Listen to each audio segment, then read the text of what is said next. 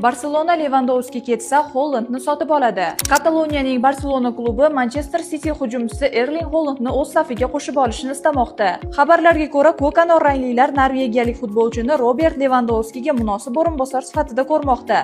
Levandovskining kelajagi mavhumligicha qolyapti, chunki polshalik hujumchining shartnomasi 2026-yilning yozida yakuniga yetadi. Hozircha tomonlar uni uzaytirish bo'yicha bir qarorga kelgani yo'q. Shu bois kataloniyaliklar rahbariyati unga o'rinbosar topish haqida o'ylamoqda. Ayni paytda klub bor e'tiborini Manchester City futbolchisi Erling Hollandga qaratgan. Sababi Barselona prezidenti Joan Laporta klub boshqaruviga kelganidan beri norvegiyalik hujumchini jamoaga olib kelish harakatida. Biroq Barselonaning moliyaviy holati ushbu transferni amalga oshirishga to'sqinlik qilishi mumkin. Sababi 2025-yil o'rtalariga kelib, ko'k anor ranglilarning umumiy yalpi qarzi 1,7 milliard yevroga baholangan. Erling Hollandning transfer qiymati 180 million yevroga teng. Uning shaharliklar bilan shartnomasi 2034-yilga qadar amal qilishini hisobga olsak, ingliz klubi Erlingning sotuvidan maksimal foyda ko'rishga harakat qiladi. Barselona zaxira varianti sifatida Atletico hujumchisi Julian Alvarez nomzodini ham ko'rib chiqmoqda. Oldinroq futbolchi ommaviy axborot vositalariga bergan intervyusida kataloniyaliklar safiga o'tishga tayyor ekanligini aytgan edi.